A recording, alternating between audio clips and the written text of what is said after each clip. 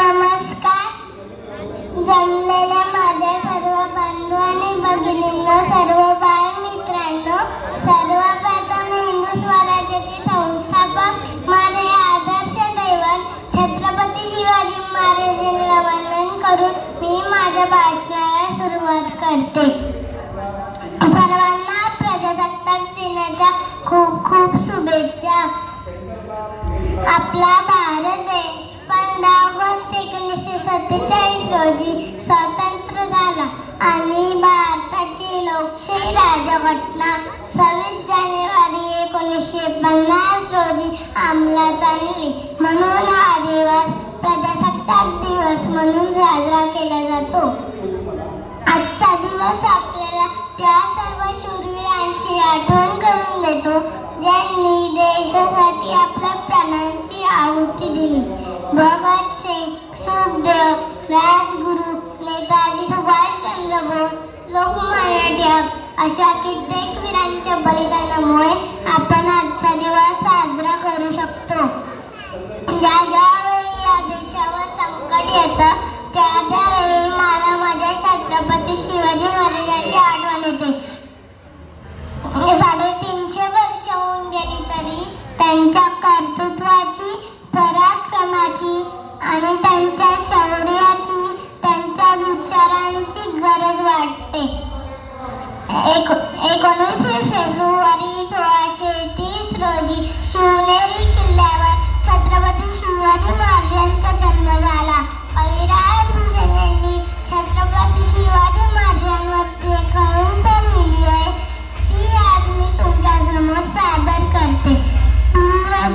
जंबपर बांडसू अंबपर रावणाचा धंबपर प्रभुकुल राजे पवन बली बापर समृती नापर जासा सद्दाट पर रामदूत राजे है दादा मदंड पर चीतंबर गुंड पर भूषण वितुंड पर जैसे मृगराजे तेज दमा अंश पर कन्मजुमी कांस पर चोमनिच बंस पर शेर शिवराज जय भवानी जय शिवाजी जय भवानी जय शिवाजी.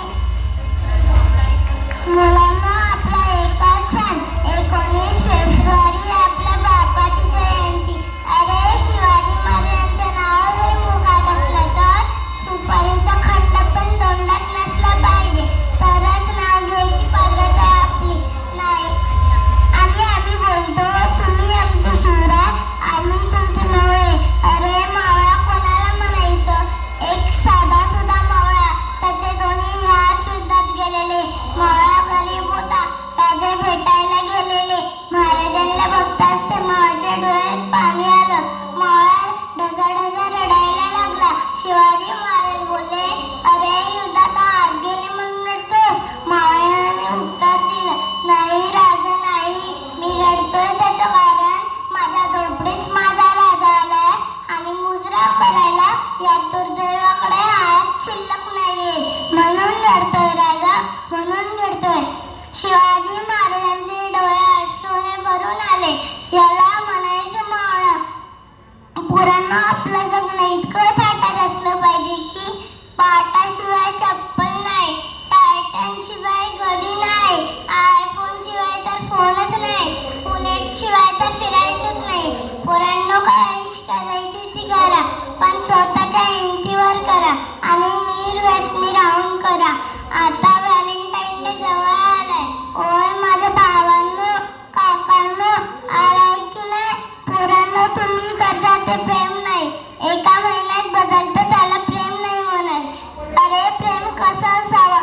शबरीने रामचंद्रावर केलं ते प्रेम, राधेने श्रीकृष्णावर केलं ते प्रेम, तुकोबाईने पांडुरंगावर केलं ते प्रेम, आर्मीतले जवान देशावर करतात ते प्रेम, पावळ्यांनी छत्रपतींवर केलं ते प्रेम. त्याला प्रेम म्हणायचं, नाहीतर आता प्रेमाचा बाजार केलाय बाजार. अरे व्हॅलेंटाईन डे, चॉकलेट डे हे संस्कारिक मुलांची लक्षणं नाहीये. अजून एक बँड निघाले, 25 डिसेंबर क्रिसमस डे.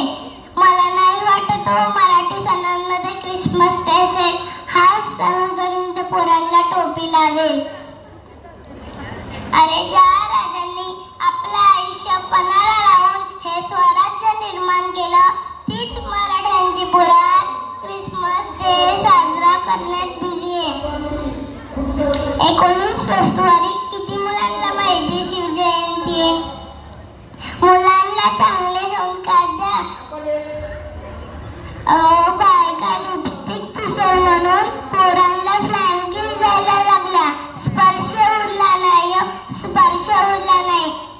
10-12 वर्षाची पोरं मोठी होईपर्यंत बापाच्या पायावर पाय टाकून झोपायची. पण आता 5-5, 6-6 वर्षांच्या पोरांचे सेपरेट बेडरूम आहे.